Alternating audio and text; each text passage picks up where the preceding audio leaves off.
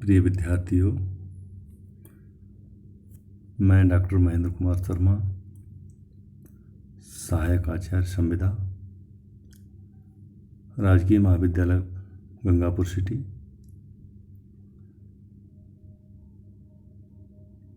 प्यारे बच्चों, हम इंग्लैंड के संविधान के अंतर्गत वहाँ की शासन व्यवस्था, मंत्रिमंडल के बारे में निरंतर अध्ययन कर रहे हैं। तो आज का हमारा विषय है कि मंत्रिमंडल की जो शक्तियां हैं वो किन किन क्षेत्रों में हैं।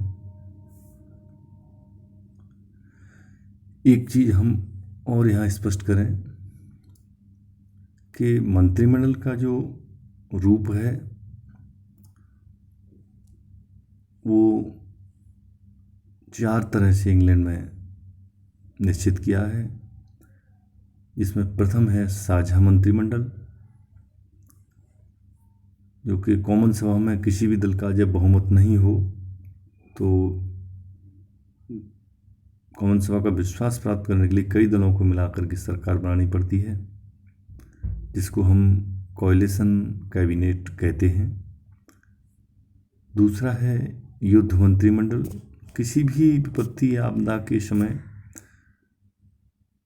तुरंत प्रभाव से निर्णय लेने की आवश्यकता हो तो शासन की सर्वोच्च नीति निर्धारण करने के परिप्रेक्ष्य में कुछ मंत्रियों की एक समिति बना दी जाती है,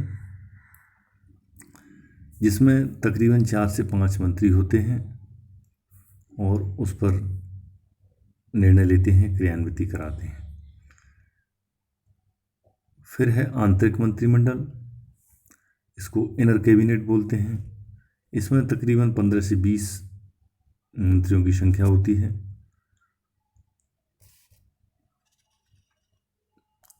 ये आंतरिक जो समस्याएं होती हैं शासन की, तो उन विश्वास पात्र मंत्रियों को ये दायित्व दिया जाता है जो संबंधित समस्याओं का निपटारा करें। फिर है छाया मंत्रिमंडल, शैडो कैबिनेट जिसका नाम है। इसमें काल्पनिक रूप से एक मंत्रिमंडल बनाया जाता है। विरोधी दल के सदस्य छाया मंत्रिमंडल के माध्यम से विभिन्न विभागों के संबंध में प्रशिक्षित हो जाते हैं और वे ऐसा शैडो कैबिनेट बनाते हैं जो अपने आप में जो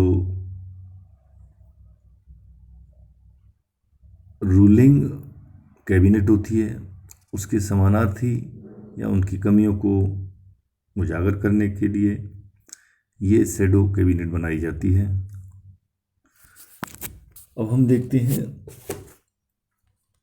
ये बिंदु थोड़ा सा ऐसा हमने माना कि आपके लिए ज़रूरी है ये समझना। अब हम देखते हैं विधायी क्षेत्र में जो शक्तियां हैं, तो वास्तविकता यह है कि कैबिनेट विधायी क्षेत्र में संसद पर अपना पूर्ण नियंत्रण रखती है। कैबिनेट के परामर्श पर सम्राट संसद का अधिवेशन बुलाता है तथा उसे भंग भी कर सकता है। मंत्रिमंडल कॉमन सभा के सभी विधायी कार्यों का निर्देशन व नियंत्रण करती है। कैबिनेट ही यह निश्चित करती है कि संसद में किन विधेयकों पर विचार किया जाना है तथा किस क्रम से विचार होगा और उस पर कितना समय दिया जाएगा। इसके अलावा वह विधेयकों की रचना भी करती है। अब संसद का कार्य मंत्रिमंडल के कार्यों पर स्वीकृति देना रह गया है। संसद का 7/8 समय कैबिनेट के प्रस्तावों पर ही खर्च हो जाता है तथा कैबिनेट जिन कानूनों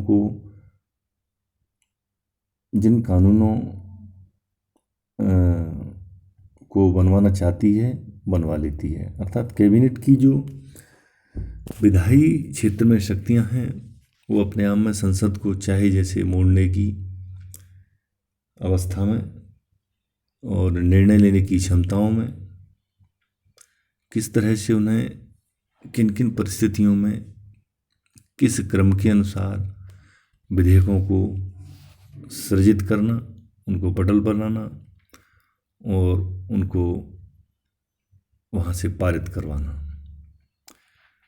दूसरा बिंदु है वित्त के क्षेत्र में जो शक्तियाँ हैं कैबिनेट को। संसद का बजट पर नियंत्रण केवल सिद्धांत में है, व्यवहार में नहीं। बजट कैबिनेट के द्वारा ही निर्धारित किया जाता है। कैबिनेट ही बजट को संसद के सामने प्रस्तुत करती है। संसद न तो उसमें कोई मद, जिसको रकम कहते हैं, बढ़ा सकती है और ना ही नवीन टैक्स का प्रस्ताव प्रस्तुत कर सकती है।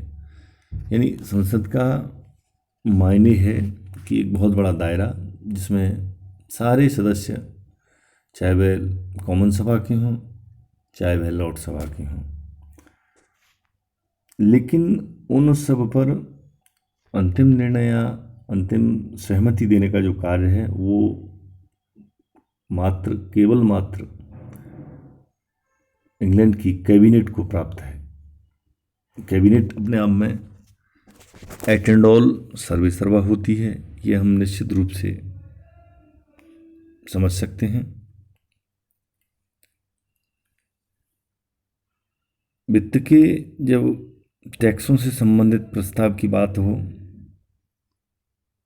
तो इसमें भी कैबिनेट का महत्वपूर्ण रोल रहता है। संसद केवल प्रस्तावित बजट पर बहस कर सकती है, कटौती कर सकती है, लेकिन व्यवहार में कटौती का प्रश्न किसी भी प्रकार से सामने नहीं आता, क्योंकि कैबिनेट उसी दल की बनती है जिस दल का कॉमन सभा में बहुमत होता है। जिस तरह भारत में हम देखते हैं संसदीय व्यवस्था के अंतर्गत लोकसभा में जिस दल को बहुमत प्राप्त है उसकी ही सरकार या मंत्रिमंडल बनने की स्थिति होगी। कैबिनेट उसी दल की बनती है जिस दल का इंग्लैंड के परिप्रेक्ष्य में कॉमन सभा में बहुमत होता है। इस प्रकार बजट पर वह जो भी प्रस्ताव पारित करे वो सब कैबिनेट की मन की मर्जी पर आधारित रहता है। तीसरा जो बिंदु है इसमें कि कार्यपालिका के क्षेत्र में एग्जीक्यूटिव जो परिवेश है उसमें व्यवहारिक दृष्टि से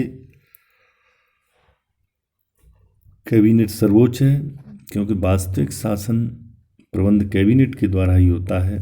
वह राष्ट्रीय नीतियों का निर्माण करती है तथा प्रशासनिक कार्यों को चलाने के लिए कर्मचारियों की नियुक्ति करती है। उसके द्वारा प्रशासनिक विभागों का नियंत्रण एवं निरीक्षण किया जाता है। कैबिनेट ही विभिन्न विभागों में समन्वय स्थापित करती है। इसके अलावा शासन संबंधी कार्यों के संचालन के लिए विभिन्न प्रकार के आदेश एवं आज्ञाएं निकालती है। यानी देखिए, कोई भी आदेश है, कोई भी आज्ञा जारी करनी है, लोकतांत्रिक परिवेश में या जनता के हित में या जनता के समक्ष जो भी कानून का एक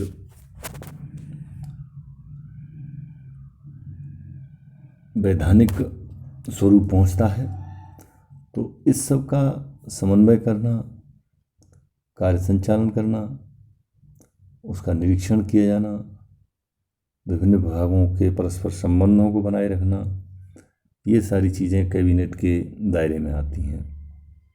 इसके अलावा संसद के पास मंत्रिमंडल को नियंत्रित करने की जो भी शक्तियाँ प्राप्त हैं वे शक्तियाँ कैबिनेट को नियंत्रित करने में सफल नहीं हो पाती। कॉमन सभा के पास मंत्रिमंडल को नियंत्रण में रखने की मुख्य शक्ति अविश्वास का प्रस्ताव जिसको वह पारित करती है, ये मुख्य रूप से एक शक्ति है कि अविश्वास प्रस्ताव के माध्यम से उस पर अंकुश लगाया जा सकता है। लेकिन कुछ अपवादों को छोड़कर व्यवहार में ऐसा नहीं होता है। यानी ऐसा भी तब होता है जब कोई विशेष स्थिति हो, वरना तो अविश्वास प्रस्ताव को लाना भी बड़ा कठिन कार्य है। व्यवहार में मंत्रिमंडल संसद से ऊंची स्थिति रखता है मंत्रिमंडल, तथा मंत्रिमंडल की शक्तियों में दिन प्रतिदिन वृद्धि होना स्वाभाविक प्रक्रिया के अंतर्गत आता है, जो कि वहाँ की शासन व्यवस्था को एक ऐसा स्वरूप प्रदान करता है जिसके माध्यम से संसद की कार्यवाही को विधेयकों के प्रस्तावों को पटल पर लाना, उनको पारित करवाना, तो ये सारी जो अवस्थाएं मंत्रिमंडल के द्वारा ही इंग्लैंड की संसदीय व्यवस्था में निर्धारित करना और उनकी देखभाल करना। संसदात्मक जो प्रणाली है, वहाँ पर हम देखते हैं कि शक्तियों में जो दिनों दिन वृद्धि होती जा रही है, उससे संबंधित कुछ बिंदु हैं। जैसे पहला वाला बिंदु हम देखते हैं कि संसदात्मक शासन प्रणाली के अंतर्गत मंत्रिमंडल उसी दल का बनता है जिस दल का निम्न सदन में बहुमत होता है। अतः मंत्रिमंडल मन चाहे कार्य करवा सकती है। फिर है द्विदलीय पद्धति। इंग्लैंड में द्विदलीय पद्धति होने के कारण किसी न किसी दल को स्पष्ट बहुमत प्राप्त होता है, फलस्वरूप मंत्रिमंडल की शक्तियों में वृद्धि होती है। देखिए, भारत की स्थिति यहाँ बिल्कुल विपरीत है, क्योंकि भारत में बहुदलीय व्यवस्था है और जो मुख्य रूप से दो दल हैं जिनका प्रभाव रहता है, अन्य छोटे छोटे दलों को समेकित करके और अपने बहुमत को जो आंकड़ा हमें प्राप्त करना है, उसके बाद सरकार को चलाना है, संसद को चलाना है। तो इंग्लैंड में ऐसा भारतीय स्थिति के जैसा नहीं है। वहाँ पर दो दल हैं। उन दो दलों के लिए जैसे कि एक दल को